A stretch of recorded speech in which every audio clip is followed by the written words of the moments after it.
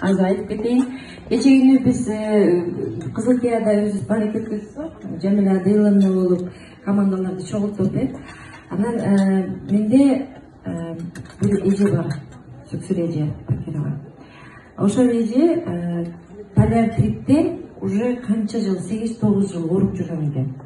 Аягы акырында ошо баса албай, эки бутунан тайтаңдап басып калганда, анан чыдайм дейт. Айла жок чыдайм, анткени баласы туберкулез болгон.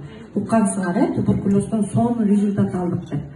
Ошол эже бир эле ай застойный каратен ичкен. Бир эле ай. Представляете?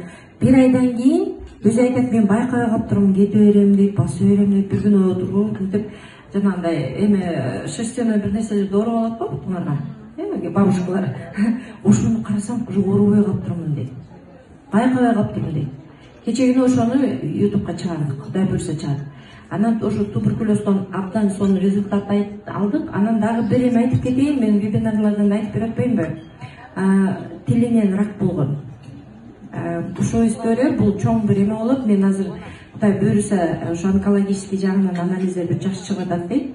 Мына пандемия өтсөн аны контакт кылбай атабыз, потому что группа риска деп азыр киши баары жакшы болгондо мен ойлойм, лично жолугам бир ушундай бир Кыргызстанда Marina Hills компания